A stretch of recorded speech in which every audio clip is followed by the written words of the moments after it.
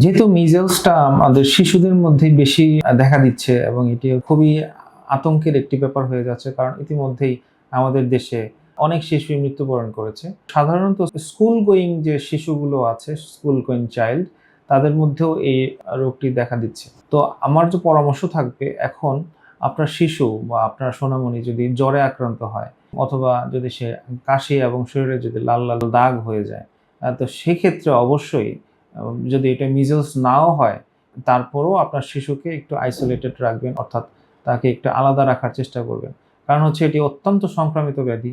আপনার শিশু যদি সেক্ষেত্রে যদি স্কুলে যায় এই রোগটি নিয়ে, আপনি যদি তাকে জোর করে স্কুলে পাঠান, সেক্ষেত্রে এটি একটি মহামারী আকার ধারণ করতে পারে। কারণ এটি অত্যন্ত সংক্রামক ব্যাধি। আপনার শিশু থেকে অন্য শিশু তারাও আক্রান্ত হয়ে যাবে।